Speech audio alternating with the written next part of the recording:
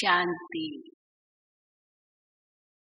ओम शांति। ओम शांति। दादी जानकी जी 3 बार ओम शांति कहते हैं। मैं कौन, मेरा कौन और मैं कहाँ से आया हूँ। आज भी बाबा ने ओम शांति का अर्थ बताया। मैं शांत स्वरूप आत्मा, शांति देश का वासी और शांति सागर पिता की संतान। ये इतना सुंदर मंत्र हम बच्चों को बाबा ने दिया है, जिससे हमारा मन बहुत शांत हो जाता है। क्योंकि शांति पाने के लिए हमें कहीं भी जाना नहीं पड़ता। शांति आत्मा का स्वधर्म है। इसलिए शांति के स्वधर्म में स्थित हो जाए आत्मा, तो शांति तो मेरे गले का हार है। लेकिन फिर भी हम देखते हैं कि सभी की यह एक बहुत बड़ी शिकायत है। क्या करें क्या करें, मन बहुत अशांत रहता है।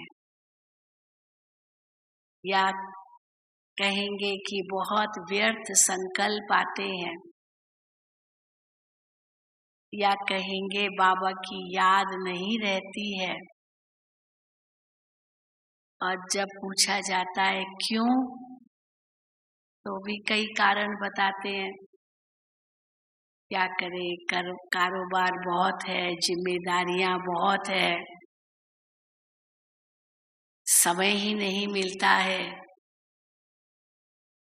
और बहुत कुछ बातें समय प्रति समय आती है, समस्याएं हैं, बड़ी लिस्ट बताते हैं। तो आज बाबा ने हम बच्चों को जो शिक्षाएं दी है, उन शिक्षाओं को हम कितना अमल में लाते हैं, वो पहले हम अपने आप से पूछें। क्योंकि अगर हम ये शिकायतें ही करते रहेंगे, तो फिर बाप समान बनना तो बहुत दूर हो जाएगा। अभी कितनी अच्छी बातें आपने सुनी, लेकिन ये तब संभव होगा जब पहले हम व्यर्थ से मुक्त होंगे। जिम्मेदारियां भी निभानी है, समस्याएं भी आनी है, समय का भी अभाव रहना है। लेकिन फिर भी हम उपराम स्थिति में भी रह सके, बिजी होते हुए भी इजी रह सके, उसके लिए बाबा हमको कितनी युक्तियां बताते रहते। हर मुरली में बाबा हमें भिन्न भिन्न युक्तियां बताते। पहले तो जब अज्ञान काल में थे, बाबा का ज्ञान नहीं था, तो विकारों में फंसे हुए थे। सब प्रकार के विकार थे। काम भी था, क्रोध भी था, लोभ भी था, मोह भी था, अहंकार भी था, ईर्ष्या, द्वेष, आलस्य, अलबेलापन, ये सारे विकार थे। और हम अपना कितना समय, श्वास, संकल्प, शक्ति व्यर्थ गंवाते थे। नकारात्मक विचार भी बहुत आते थे। लेकिन जब से बाबा के बच्चे बने, हमें अपनी पहचान मिली, बाप की पहचान मिली, घर की पहचान मिली, कर्म गति का ज्ञान मिला, कहाँ जाना है, घर जाना है, नई दुनिया में आना है। ये जैसे ही हमें पता चला और फिर उसके लिए इन विकारों को जीतना है, पवित्र बनना है, ये जब समझ मिली तो अवश्य हमारे विचारों में अंतर आने लगा। आज भी बाबा ने मुरली में कहा कि सुख चैन चाहिए, ये सबके मन की आश है। भगवान को प्रार्थना करते हमें उस सुख चैन की दुनिया में ले चलो, इस पाप की दुनिया से हमें दूर उस सुख चैन की दुनिया में ले चलो। हम नहीं चाहते ये दुख और अशांति इस संसार में जो फैली हुई है, तो चाहते तो सुख और शांति है, चैन है, लेकिन ये क्यों नहीं अनुभव होता है? क्योंकि उसकी जो जड़ है वो हमारी सोच है। और बाबा ने आज भी कहा कि पवित्रता जीवन में नहीं है तो सुख शांति चैन भी नहीं आ सकता है, क्योंकि पवित्रता ही सुख और शांति की जननी है। बिना पवित्रता के न सुख मिलेगा न शांति मिलेगी। और पवित्रता कैसे आएगी? देही अभिमानी बनने से। आज बाबा ने कहा देह अभिमान में है तो पवित्रता का अनुभव नहीं कर सके। और पवित्रता की तो बाबा बहुत बड़ी डेफिनेशन देते हैं, केवल ब्रह्मचर्य नहीं, बहुत कुछ इसमें समाया हुआ है। मन वचन कर्म स्वप्न तक की पवित्रता। लेकिन इन सब का आधार है, बाबा ने आत्मा का ज्ञान दिया हमें। जैसे अर्जुन को दिखाते हैं, अर्जुन ने को कहा भगवान ने इन सब को मारो मारो, लेकिन कैसे मारो, वो कैसे मारे? अर्जुन की यही बार बार शिकायत थी, क्योंकि वो मोह के वश हो गया। ये मेरे मामा चाचा काका गुरु गुसाई इन सबको मैं मार डालूं, ऐसे कैसे मारूं मैं? जिनके नीचे में पला, मैं इतना छोटा था, कितना इन्होंने बड़ा किया हमें, कितना निपुण बनाया, कितना आगे बढ़ाया, और मैं इनको मार डालूं, ये तो मेरे से नहीं होगा। अर्जुन की शिकायत थी ना। तो भगवान ने उनको क्या कहा कि मारो माना, पहले इनको आत्मा देखो। ये तो शरीर मरता है, आत्मा तो मरती नहीं है।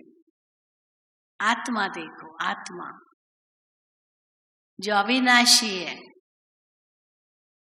तो ये जो विकारों का जो कारण है वो देह अभिमान है, जिसके कारण इतने अशुद्ध विचार मन में आते हैं। तो इनको कैसे जड़ से खत्म करें, उसके लिए बाबा हमें आत्मा का ज्ञान देते हैं। हर एक को आत्मा देखो, आत्मा देखो। अभी भी सुना न, सकाश दो, तो सकाश कैसे देंगे? जैसे वो आत्मा सामने आई, उनको मैं आत्मा कहाँ तक देख रही हूँ। आत्मा न देख करके या तो रिश्ता नाता ये सब देखा तो मोह के वश होंगे, या तो नफरत घृणा आदि आदि अशुद्धता आई तो फिर उनसे थोड़ा दूर होना चाहेंगे।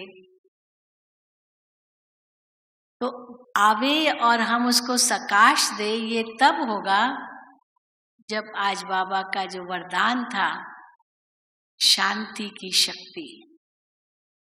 वो हम कैसे दे सकेंगे शांति की शक्ति उनको, जब हमारे अंदर में हर एक के प्रति शुभ भावना, शुभ कामना होगी। यही है सकाश। स्वयं शांत स्वरूप रहकर और अपनी दृष्टि द्वारा शुभ भावना, शुभ कामना देना। और वो जब तक नहीं है तो जरूर अशुद्ध विचार भी आएंगे, कोई न कोई विकार के वशीभूत भी होंगे। तो हमारा समय, श्वास, संकल्प शक्ति कितना व्यर्थ चला जाता है। तो केवल समय व्यर्थ नहीं, लेकिन संकल्प भी व्यर्थ, श्वास भी व्यर्थ, शक्ति भी व्यर्थ। और बाबा कहते वो व्यर्थ करते करते करते क्या हाल हो गया है। आत्मा की बैटरी एकदम डिस्चार्ज हुई पड़ी है। और कैसे पता चलता है आत्मा की बैटरी डिस्चार्ज हो गई है? सहन शक्ति नहीं, समाने की शक्ति नहीं, अष्ट शक्तियां काम ही नहीं करती है। इसका मतलब बैटरी डिस्चार्ज है। देखते ना दुनिया में, जरा सा किसी को कुछ कह दिया और एकदम भड़क जाते हैं लोग, क्योंकि सहन शक्ति नहीं है। अपनों को भी नहीं कह सकते हैं, बच्चों को आजकल कुछ कह सकते हैं, भड़क जाते हैं एकदम से, क्योंकि सहन शक्ति तो है नहीं और देह अभिमान बहुत जबरदस्त है। तो उसके कारण अशुद्धता तो हर एक के मन में है ही। लेकिन जैसे हम बाबा के बच्चे बने, हमें यह पता चला कि मैं तो एक शुद्ध आत्मा हूं।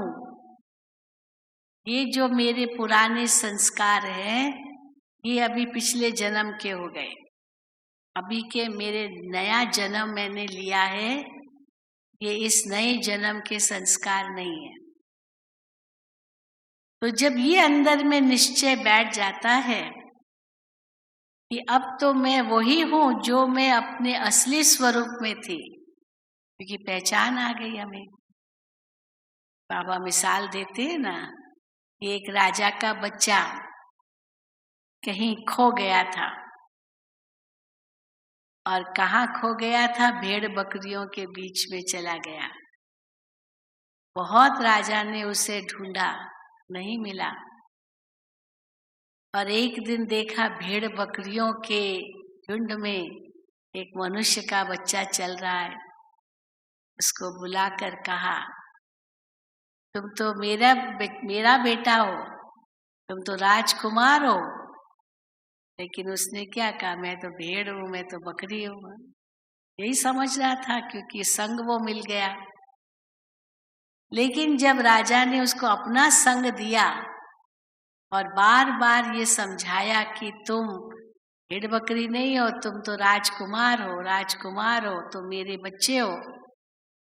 तो जो उस बच्चे के अंदर ओरिजिनल संस्कार थे राजाई के, वो थे तो उसके अंदर ही, लेकिन वो इमर्ज हो गए, वो जो दबे हुए थे, क्योंकि संग मिला। पहले संग मिला भेड़ बकरियों का, तो वही समझ लिया। फिर जब पिता का संग मिला जो राजा था, तो आत्मा को वो महसूस हुआ कि यही मेरे ओरिजिनल संस्कार है, खानदानी खून भी है। तो बाबा भी हम बच्चों को यही कहते हैं कि अशुद्धता बहुत थी, 63 जन्म विकारों के हम मुरीद थे, माया के वश थे, माया का ही कहना मानते थे, और उसी के परिणाम स्वरूप मन, बुद्धि, संस्कार सब कुछ माया के वश था। लेकिन जब बाबा के बने और ये निश्चय बैठा कि मैं तो वो शुद्ध आत्मा हूं, मैं तो वो शांत स्वरूप आत्मा हूँ। मैं तो कितनी श्रेष्ठ आत्मा हूँ। भगवान ने मुझे इतना ऊंचा बनाया है। हम ही मानव सो देव थे और फिर हमें फिर से बनना है। हम ही थे, हमें ही फिर से बनना है। तो जैसे जागृति आ गई और ये जागृति आते ही परिवर्तन आने लगा जीवन में। तो अभी तो हम यही कहेंगे कि वो जो पहले अशुद्धता थी, विकारों के वश थे, अब वो नहीं है। वे काम के वश नहीं है। अगर काम के वश होते तो यहाँ आते ही नहीं। नहीं, पवित्रता है। मन वचन कर्म की पवित्रता अपना रहे हैं। चलो थोड़ा बहुत क्रोध होगा, थोड़ा बहुत लोभ, थोड़ा बहुत मोह होगा, लेकिन उससे हमारा जो समय श्वास संकल्प शक्ति है वो कितना व्यर्थ जाता है। भले थोड़ा बहुत भी है। काम विकार भी कर्म इंद्रियों से भले हम न भी करते होंगे, लेकिन मनसा में तो तूफान आते ही है। क्योंकि बाबा कहते हैं कर्मातीत अवस्था तो अभी तक हुई नहीं है। और कई बार बाबा कहते हैं वो तो अंत में होगी। तो कई बच्चे उसमें अलबेले हो जाते हैं। बाबा कहते हैं वो तो अंत में होगी, अभी थोड़ी होगी। लेकिन बनना है तो अभी बनना है ना। ये थोड़ी अंत में बनेंगे। अंत का आधार भी अभी है। इसीलिए कहा जाता है अभी नहीं तो कभी नहीं।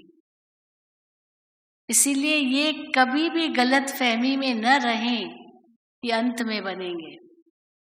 वो अंत कब आएगी? चलो दुनिया की अंत तो बाद की बात है, हमारा ही अंत कब आएगा यही पता नहीं है। ऐसे बताते ना कि किसी व्यक्ति ने अब एक गुरु से कहा कि गुरुजी मेरा मन में बहुत व्यर्थ संकल्प आते हैं, मेरा मन बहुत भटकता है, मेरा मन बहुत भटकता है, भगवान की याद नहीं रहती है, तो मैं क्या करूं जो भगवान की याद रहे। तो गुरु ने कहा कि आपका मन क्यों भटकता है? तो बताया क्यों भटकता है। तो कैसे मैं अपना मन शांत करूं, कब करूं? अभी तो भटक ही रहा है क्योंकि बहुत जिम्मेदारियां हैं। तो गुरु ने कहा अभी तो तुम्हारा मन शांत होगा नहीं। तुम जब मरने से एक दिन पहले तुम अपना मन शांत कर देना। तो गुरु कहते का मरने से एक दिन पहले तो हो जाएगा आपका मन शांत। अब मरने से एक दिन पहले कब मरूंगा यही पता नहीं है। तो एक दिन पहले कैसे होगा, कौन सा दिन होगा एक दिन पहले, वो दिन कौन सा होगा मरने का यही पता नहीं है। तो एक दिन पहले करना शुरू करो, ये कैसे होगा? तो इसको मम्मा हमेशा कहती थी कि हमेशा समझो हाँ मेरी मरने की घड़ी आ गई। जीते जी तो मरना ही है, मर ही गए हैं। आप मोए मर गई दुनिया। तो ये मत सोचो कि अंत में होंगे, ये भी नहीं सोचो कि कल होगा, लेकिन अभी नहीं तो कभी नहीं। अभी नहीं तो कभी नहीं, ये ऐसा स्लोगन है जिसको अगर हम हर वक्त बुद्धि में रखेंगे तो कभी भी गफलत नहीं करेंगे, कभी भी अलबेलापन नहीं आएगा, कभी भी हम सुस्ती उदासी का अनुभव नहीं करेंगे, क्योंकि अभी नहीं तो कभी नहीं। जैसे हम शांति के लिए कहते हैं, शांति है तो अभी है, अभी नहीं तो कभी नहीं। और कैसे है अभी? मैं आत्मा शांत स्वरूप हूँ। बस ये सोचा, एक सेकंड में शांति का अनुभव होगा।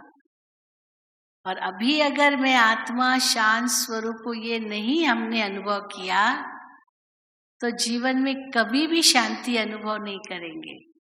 तो शांति आपसे कितनी दूर है? केवल एक सोच की दूरी पर है, केवल एक सोच। और वो सोच है मैं आत्मा शांत स्वरूप हूं। बस ब्रेक लग गया, व्यर्थ संकल्पों पर ब्रेक लग गई। तो बाबा ने जो हमें भिन्न भिन्न संकल्प दिए हैं, वो संकल्प जब हम अपने मन में लाते रहते हैं तो अवश्य हम अपने मन को इतना शांत कर सकते हैं। तो कई जो शिकायत करते हैं कि मन में बहुत व्यर्थ संकल्प चलते हैं, भले अशुद्ध नहीं चलते हैं, विकारों के वश नहीं है संकल्प, लेकिन व्यर्थ चलते हैं। व्यर्थ संकल्प हम किसको कहते हैं? हो सकता है वो संकल्प आवश्यक हो, ऐसे नहीं कि नहीं हो। अब घर में खाना पकाना है, बच्चों को स्कूल भेजना है, भाइयों को दफ्तर जाना है, या कोई विशेष कारोबार है, उसमें हमको समय तो देना पड़ेगा, संकल्प भी देने पड़ेंगे, वो तो करना ही होगा। जो बाबा कहते हैं ग्रस्त व्यवहार में रहना है, छोड़ना भी कुछ नहीं है। हम सन्यासी तो है नहीं जो छोड़ करके जंगल में चले जाएंगे, सब जिम्मेदारियां छोड़ करके, नहीं, सब कुछ करना है।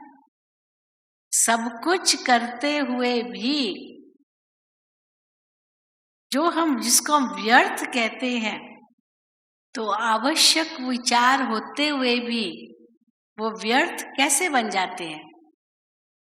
वो व्यर्थ तब बनते हैं जब जिस समय वो सोचना चाहिए उस समय न सोच करके, जिस समय उसको सोचने की जरूरत नहीं है उस समय सोच लेते हैं। अभी जैसे मान लो आप यहाँ आए हैं, अब आपके घर में आपके बच्चे होंगे, परिवार होगा, बहुत कुछ होंगे, अब जिम्मेदारियां होगी।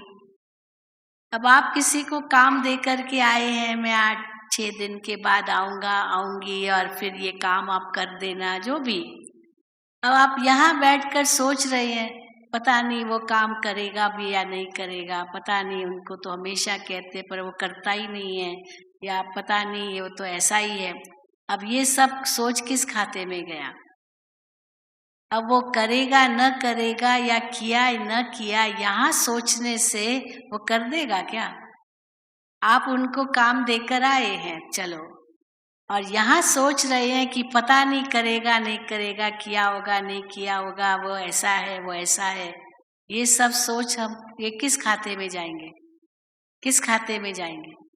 व्यर्थ के खाते में। क्योंकि यहाँ बैठे तो कुछ आप तो उनको नहीं करा सकते हो ना, चलो एक बार फोन करके पूछ लिया, परंतु फिर क्लास में बैठे हैं और क्लास में आप इतनी ऊंची ऊंची बातें सुन रहे हैं और वो बातें कान में न जा करके वो आप सोच रहे हैं उसने काम किया होगा या नहीं किया होगा। हाँ, जब क्लास पूरा हो जाए उसके बाद आप भले पूछ सकते हो, समय बहुत मिलता है। तो समय, स्थान, स्थिति वो उपयुक्त नहीं है उस संकल्प के लिए, तो वो संकल्प व्यर्थ में के खाते में जाएगा, भले वो आवश्यक क्यों न हो, वो व्यर्थ के खाते में जाएगा।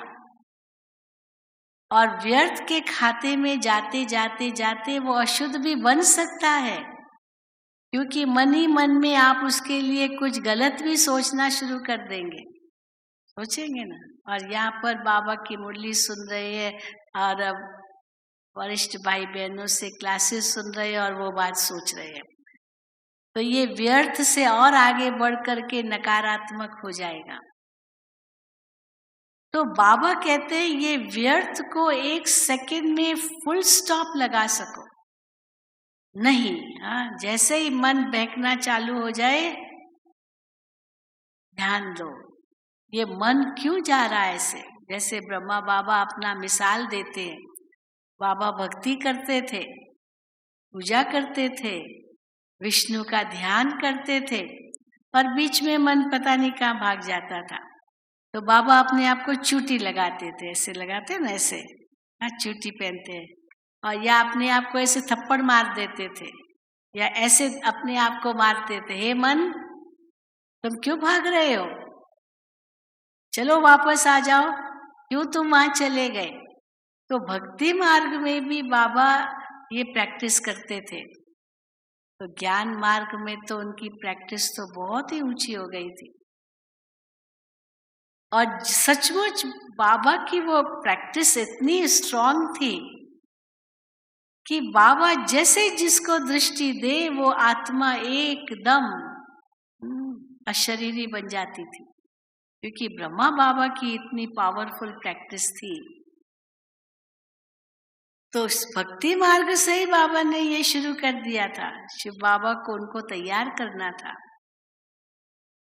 और जब साक्षात्कार हुए तो फिर तो कैसे बाबा का एक सेकंड में बुद्धि योग सब तरफ से हट गया, सब तरफ से हट गया।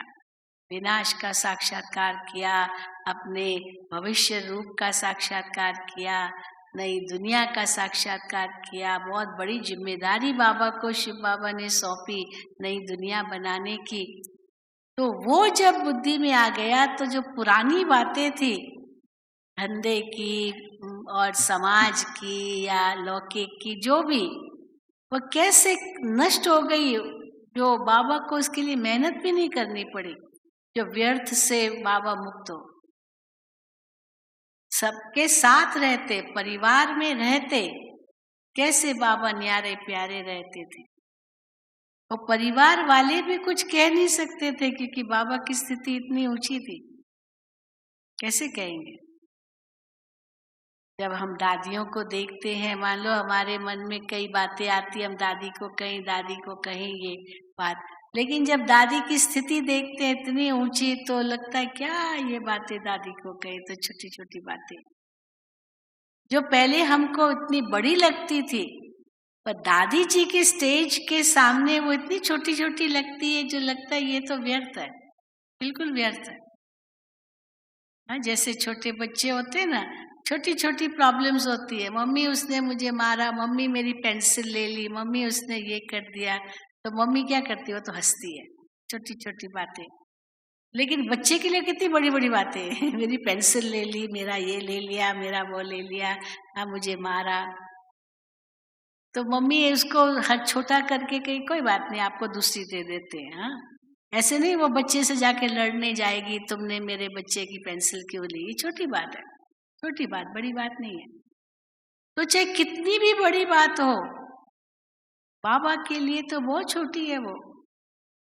जैसे बाबा मिसाल देते हैं कि हम नीचे हैं तो बड़ी बड़ी बिल्डिंग्स दिखाई देती है, परंतु जैसे हवाई जहाज में जाते हैं, ऊपर उठते हैं, बिल्डिंग के ऊपर चले गए, धीरे धीरे धीरे वो बिल्डिंग इतनी छोटी दिखाई देगी जैसे कि ना के बराबर। फिर बादलों से पार गए तो बिल्कुल सब कुछ भी नहीं दिखाई देता नीचे का। तो बाबा तो हमको उस तक ले जाना चाहते हैं ना। तो व्यर्थ को खत्म करने का बहुत सुंदर साधन है कि आपकी स्थिति इतनी ऊंची हो जाए, उसके लिए वो व्यर्थ के सोच को एक सेकंड में आप नष्ट कर सको। कैसे नष्ट कर सको, पहले तो ध्यान रहे कि वो व्यर्थ जा भी रहा है समय और श्वास, पता चले, नहीं तो पता ही नहीं चलता है कि मेरा इतना समय, श्वास, संकल्प शक्ति सब व्यर्थ जा रहा है। कई बार बातों बातों में इतने कहाँ से कहाँ पहुंच गए, हमने देखा है। अब 4 जने बैठे हैं ज्ञान की बातें करने के लिए। आज की मुरली में बाबा ने क्या कहा, चालू हो गया और वहां से चलते चलते चलते चलते पता नहीं कहाँ पहुंच गए। हाँ, दुनिया के दूसरे कोने तक पहुंच गए। फिर जब बीच में कोई आता है, देखता है तो कहाँ के कहाँ पहुंच गए, तो बाबा की पॉइंट्स से शुरू किया था और कहाँ पहुंच गए, वो उसको समझ जाता है कि अभी हमको कुछ करना होगा। तो क्या करेगा, वो पॉइंट को बदल देगा। देखो बाबा ने तो ये कहा था, अभी बाबा ने ये कहा था, पॉइंट बदल दिया, वो कहाँ पहुंच गए थे, वापस आ गए, फिर ऊंचे चले गए। तो इसीलिए हर वक्त अपने आप को सावधान करना होगा, हर वक्त, क्योंकि हम युद्ध के मैदान में हैं। बाबा बार बार मुरली में कहते, पहले ज्ञान में नहीं थे तो युद्ध के मैदान में नहीं थे, माया के मुरीद थे, माया की मत पर ही चलते थे, माया के ही वश थे। तो युद्ध का पता ही नहीं था कि माया से युद्ध भी करनी होती है। और हम जस्टिफाई करते थे, यही कहते थे, नहीं जो मैं सोच रहा हूं सही है। लेकिन अब जब ये पता चला वो सब तो माया का हिसाब किताब था, जिससे आत्मा नीचे ही उतरती गई है, आत्मा की शक्ति नष्ट होती गई है। अब जब पता चला, सावधान हो गए, तो फिर तो हमें गफलत नहीं करनी चाहिए ना। बाबा ऐसे नहीं हमें केवल डराते हैं। कई भाई बहनें कहते हैं बाबा तो हमको डराते हैं, इससे बच्चे विनाश होगा, ये होगा, डराते हैं। डराते थोड़ी है, आपको तैयार कर रहे हैं, क्योंकि अंत में नहीं तैयार हो सकेंगे, अंत में धोखा खा लेंगे, इसीलिए पहले से ही तैयार कर रहे हैं।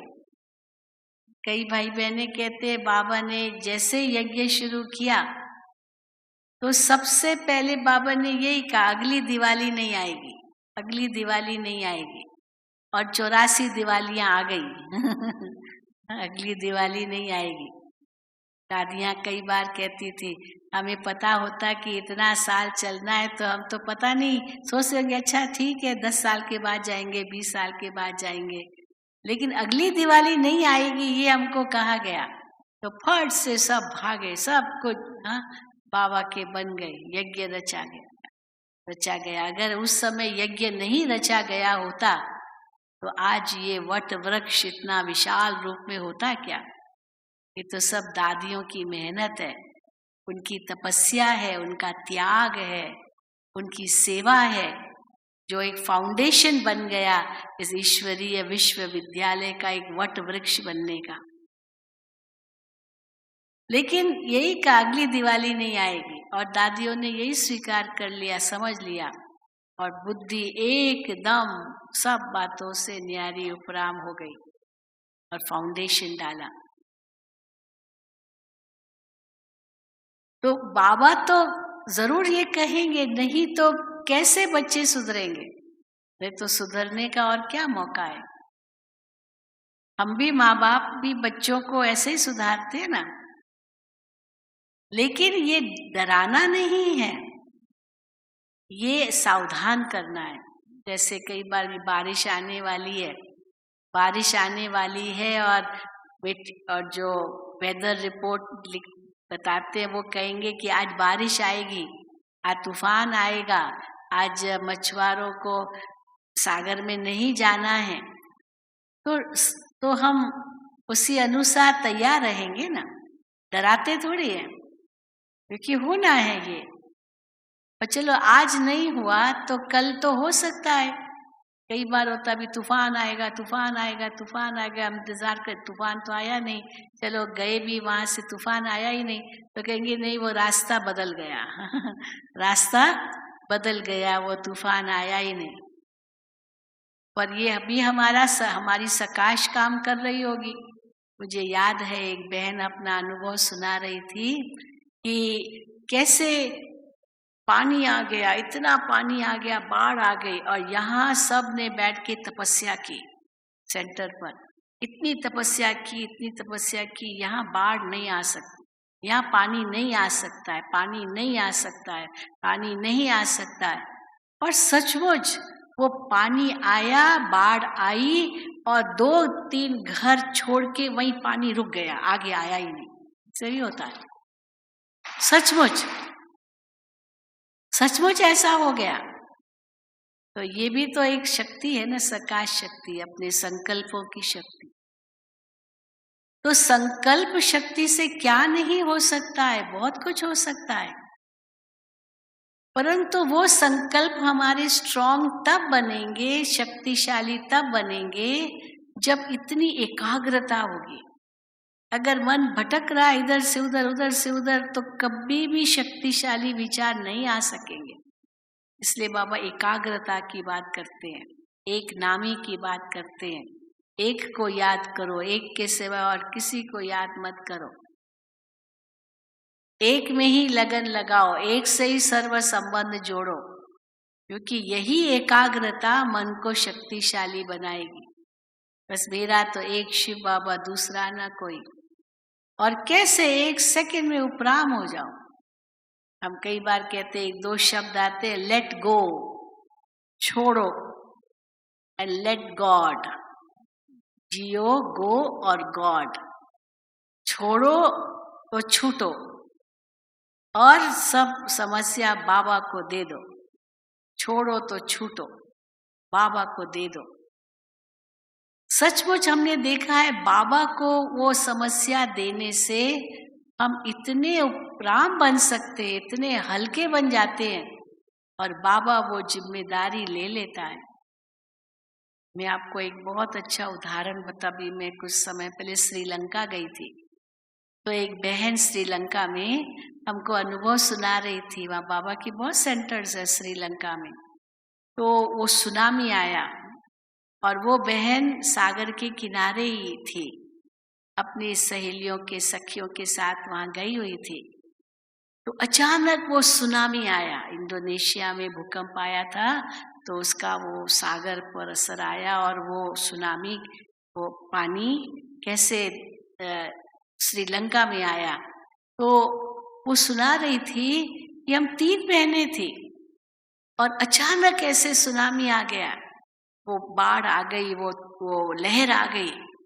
उसी समय मैंने कहा, बाबा बाबा, इतना जोर से कहा बाबा। और वंडर ये हुआ कि जो वो एक लहर आई, वो 2 बहनों को, जो उसके फ्रेंड्स थी, वो ज्ञान में नहीं थी, उनको तो बहा के ले गई। और पता नहीं एक लहर बीच में आ गई और इससे उसमें बाबा का वो लहर इसको धरती पर ले आई और ये बच गई। वो दोनों कैसे हुआ? कहती है, मुझे तो आश्चर्य होता है ये कैसे हुआ। और वो कैसे चली गई? वो तो डर गई थी, एकदम डर गई थी। और मुझे तो उस समय केवल बाबा याद आया, बस बाबा। और जैसे बाबा ने मुझे गोद में उठा लिया और गोद में उठा करके वहां धरती पर, गिरी भी नहीं, जैसे बिठा दिया, ऐसे अनुभव किया इसने, ऐसा अनुभव किया। और फिर कहती है, बस ये बाबा ने मुझे नया जन्म दिया है और ये जन्म केवल बाबा के लिए ही है, उनकी सेवा के लिए, बस, और किसके लिए। और उसके बाद उसकी स्थिति इतनी अच्छी हो गई है, इतनी अच्छी, जो भी कहो, बस बाबा अपना अनुभव सुना रही थी। बहुत अच्छी बड़ी बिजनेस लेडी, बिजनेस वुमन। तो कैसे बाबा को हम 1 सेकंड के अंदर अनुभव तब कर सकते हैं जब पहले इतना अभ्यास हो। अगर मन बहक रहा है, कहाँ जा रहा है पता ही नहीं चल रहा है, और आधा घंटा बीत गया और हम सोच, अरे आधा घंटा बीत गया, मैं तो क्या से कहाँ पहुंच गई, क्या क्या सोचने लगी थी, जबकि उसकी कोई जरूरत नहीं है।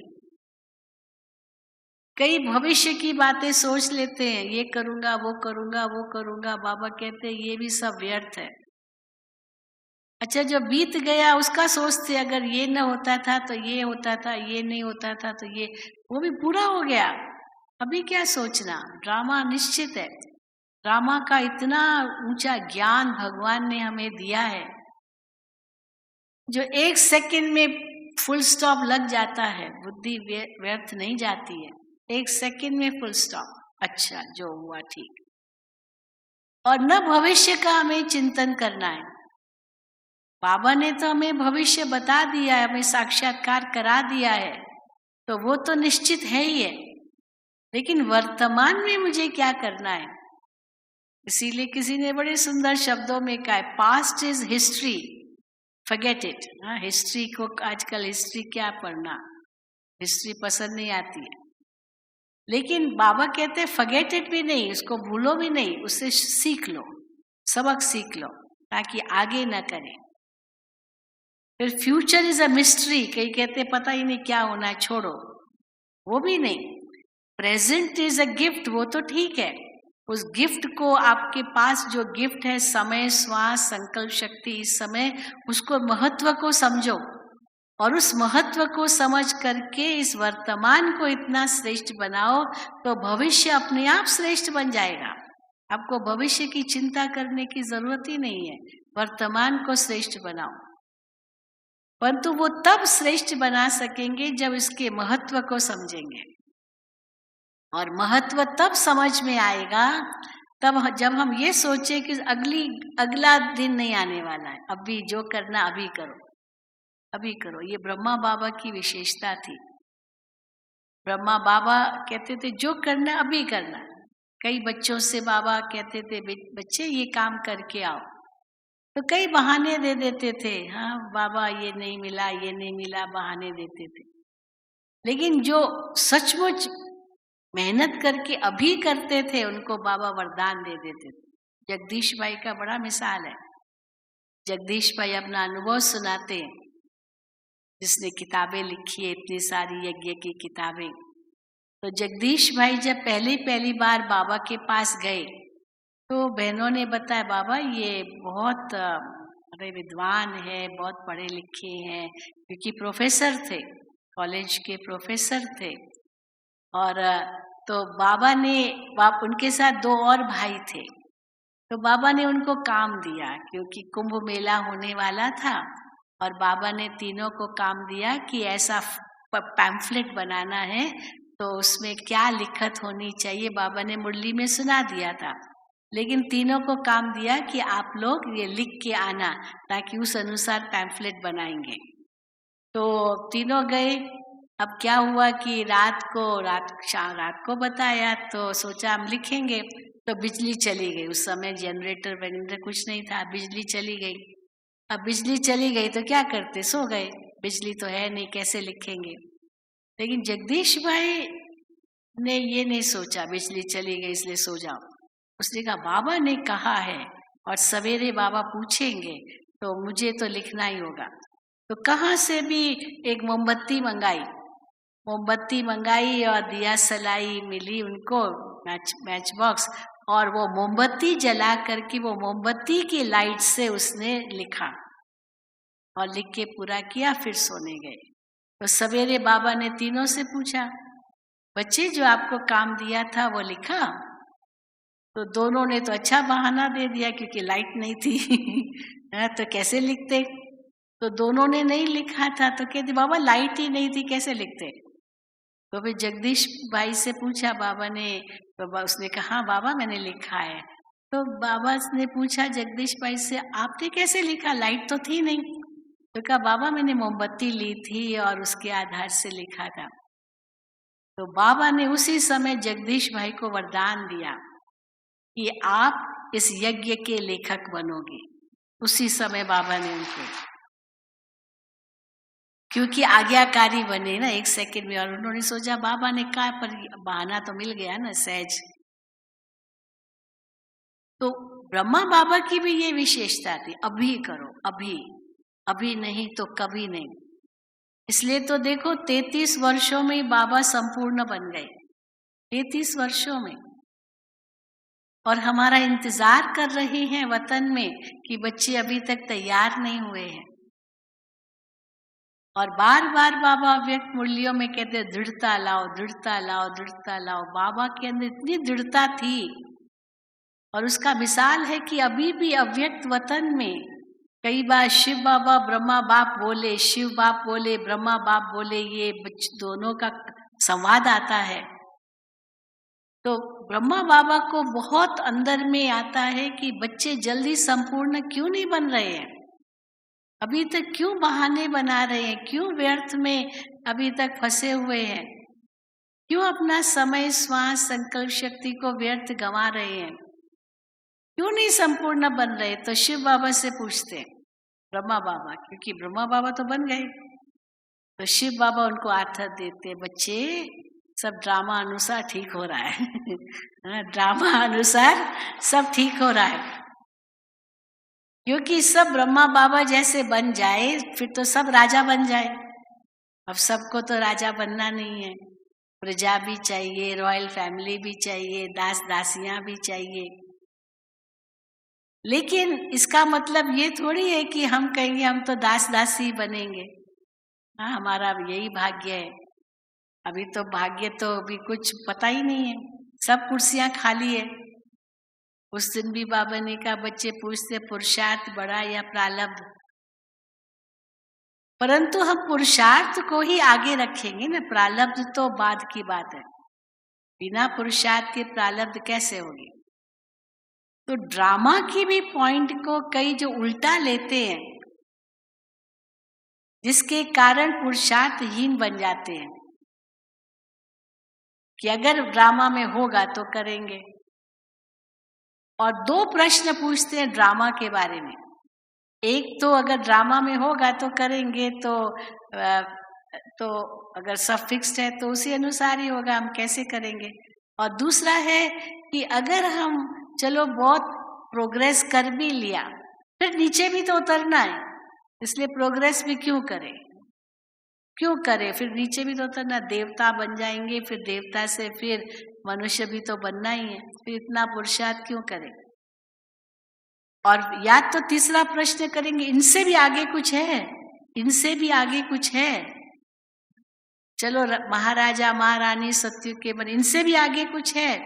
अब वो तो संपूर्ण हो गया, 100% हो गया, तो 100% से तो फिर नीचे आना है, फिर 100% तक जाना है, तो इनसे आगे क्या है। तो प्रोग्रेस माना इनसे और आगे जाए, पर उसकी भी तो लिमिट होगी ना, उस लिमिट के अंदर है, क्योंकि उसके बाद तो नीचे उतरना है। तो क्या है, ड्रामा को अच्छी तरह से न समझने के कारण कई प्रकार के प्रश्न मन में उठते हैं। और बाबा कहते हैं ड्रामा इतना कल्याणकारी है, इतना एक्यूरेट है, जो कुछ है कुछ भी नया नहीं है, लेकिन इसको सही रूप में समझो। पुरुषार्थ भी नहीं छोड़ना है,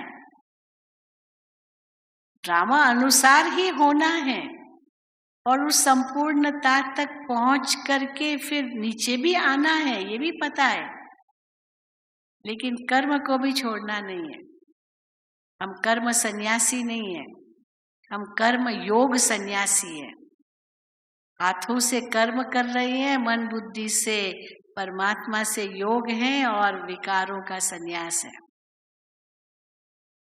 और उसके लिए मन को इतना हमें तैयार रखना है कि मन में जो हम सोचना चाहे वो ही हम सोचें, जो नहीं सोचना है 1 सेकंड में ब्रेक लगा सके, परंतु उस समय उसका भान तो आए ना कि ये मन कहाँ बहक रहा है। अब ड्राइवर गाड़ी चला रहा है और उसका ध्यान ही नहीं है कि गाड़ी किस तरफ जा रही है, पता ही नहीं चल रहा है, तो क्या करेगा, ठोकर मारेगा ना। और जगह ध्यान होगा, कई बार ऐसे होता है मोबाइल पर बात कर रहे हैं और गाड़ी यहाँ की बजाय इधर जा रही है, अब किसी और को ठोकर लगा दी क्योंकि ध्यान नहीं था। तो ये मन कहाँ बहक रहा है पता ही नहीं चलता है, कहाँ से कहाँ पहुंच गए, क्या से क्या सोचना शुरू कर दिया।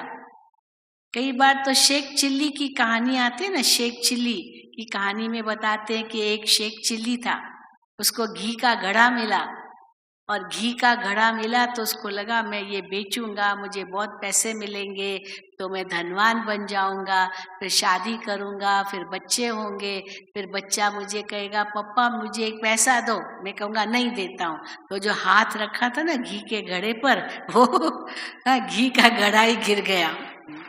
अब इतना सोचने की क्या जरूरत थी, पहले तो घी के घड़े को ध्यान से पकड़ के तो रखो। नहीं कहा क्योंकि मेरे तो बाप बन गया, मेरे बच्चे हैं, वो मेरा हाथ जो मुझे एक पाँव पड़ेंगे कि मुझे पप्पा एक पैसा दो, तो नशा भी चढ़ गया, अभिमान भी आ गया, और है कुछ भी नहीं।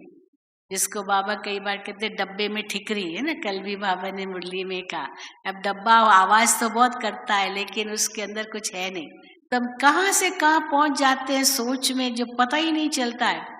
ये शेख चिल्ली की बातें हैं। तो बाबा तो हमें जो कुछ कह रहे वो ट्रुथ है, वो सत्य है। तो बाबा की बातों को अगर सत्य न समझ करके हम समझते ये जो हम देख रहे हैं यही सत्य है, तो हम तो बहुत बड़े भ्रम में हैं, ये तो गया कि गया। तो जो चीज विनाशी है, आज भी बाबा ने मुरली में कहा, उस तरफ ध्यान न जाए पर अविनाशी की तरफ जाए। वो अविनाशी कमाई जो आत्मा अपने साथ ले जाएगी, ये विनाशी कमाई तो यहीं रह जाएगी। ये भी करो, मना नहीं करते बाबा, लेकिन इसमें फंसो मत, क्योंकि फंस गए तो फिर छूटना मुश्किल है। फंसना भी नहीं है, छोड़ो और छूटो ये भी है, लेकिन निभाओ भी जरूर, क्योंकि कहाँ जाएंगे बाबा ये भी कहते हैं, कहाँ जाएंगे। हिसाब किताब अगर कर्मों का है तो वो तो चुकतू करना ही है ना। कई भाई बहने पूछते हैं हमें कैसे पता चले ये हिसाब किताब चुकतू हो रहा है या नया बन रहा है, कैसे पता चले? क्योंकि कईयों के साथ संबंध होता है और कईयों से संबंध होने के कारण कुछ नया भी बनता है, कुछ चुकतू भी होता है हिसाब किताब। तो कैसे पता चले? तो वास्तव में इसका रास्ता बहुत सहज है। अगर चुकतू करने का लक्ष्य हो तो चुकतू तब हो सकता है जब आपके ऊपर उसका कोई दुष्प्रभाव न पड़े, आपके अंदर में उसकी चिंता, उसका भय, उनका अंदर में जो परिवर्तन जो मन में आ जाता है, गुस्सा आदि कुछ भी न हो, आपके अंदर में दया दृष्टि हो, सद्भावना हो, जिसको बाबा कहते हैं शुभ भावना, शुभ कामना हो, वही आत्मा को सकाश देना है। इससे आपका हिसाब किताब भी चुकतू होगा। और अगर किसी से कोई बात अनबन हुई, कुछ हुई और आप नाराज हो गए, गुस्से में आ गए, डर गए या उल्टा कुछ कर दिया, ये हिसाब किताब बना। तो हिसाब किताब चुकतू होना तब होता है जब आपकी स्थिति इतनी ऊंची रही, और तो अवश्य वो हिसाब किताब था चुकतू है, किसने कुछ कह दिया, हिसाब किताब पूरा हो गया। आपकी स्थिति नहीं बिगड़नी चाहिए। अगर संकल्प चले इसने ऐसे क्यों कहा, इसको ऐसे नहीं कहना चाहिए था, आखिर मैं बड़ा हूँ, मैं ज्यादा समझदार हूँ, ये तो छोटा है, ये कैसे कह दिया, इसको समझ है या नहीं है, तो आप हिसाब किताब बना रहे हो, ये समझना। भले शरीर में वो छोटा होगा, हम बड़े हैं, लेकिन आत्मा तो छोटी बड़ी नहीं है ना। क्या पता वो आत्मा ज्यादा समझदार है, शरीर भले छोटा है।